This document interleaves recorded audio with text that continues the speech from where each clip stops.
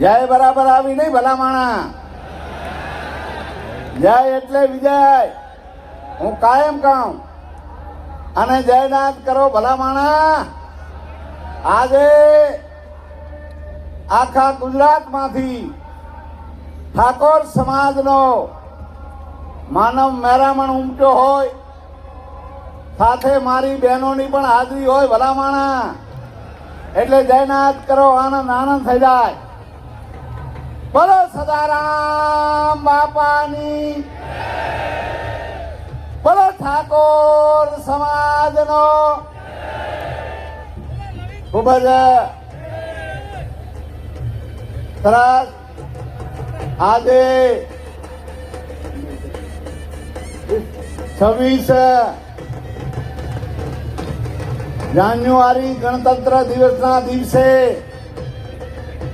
અહીંયા ગાંધીનગરમાં ઠાકોર સમાજના મોભીઓ આ સ્ટેજ ઉપર બિરાજમાન તમામને વંદન કરો, નમન કરો.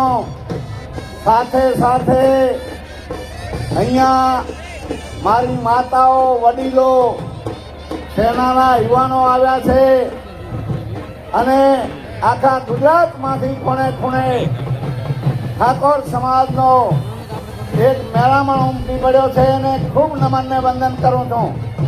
મિત્રો, આપ બધા જાણો છો કે અલ્પેશજી ઠાકોરે એ અભવ્ય એ મહાસંમેલન ગાંધીનગરમાં એ યોજ્યું છે. આપ બધા જાણો છો કે ગાંધીનગરમાં એક શિક્ષણનું વિદ્યા મંદિર ભવન બને, સરસ્વતી માનું ભવન બને અને એ ઠાકોર સમાજના દીકરા દીકરીઓ અહીંયા રે એવી વ્યવસ્થા કરી છે, કરવાના છે.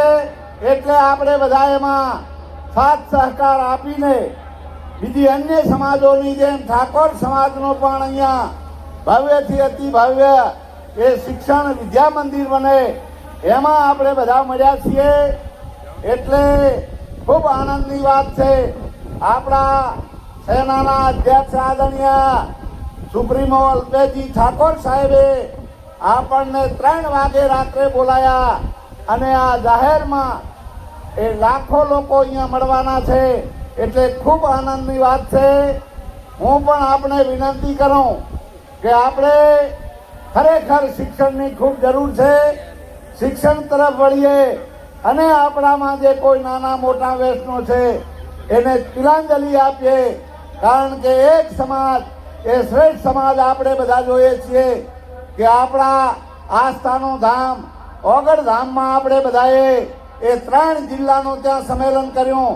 એમાં એ કલ્પના બારી એ લાખોની સંખ્યામાં એ ઠાકોર સમાજે આવીને એ પ્રતિજ્ઞા કરી કે જે અમે ઠાકોર સમાજે બંધારણ કર્યું છે એ બંધારણને પૂરેપૂરું પાડશું અને શિક્ષણમાં તાલુકે તાલુકે એ શિક્ષણ ભવન બને.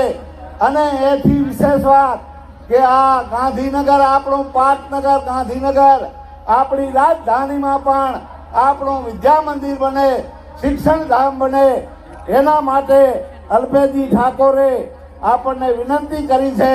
તો આપણે બધા અહીંયા સાથે મળીને એકમેક થઈને બધા એ વિદ્યા મંદિર બને એ જ વિનંતી સાથે મારી વાત પૂરી કરું.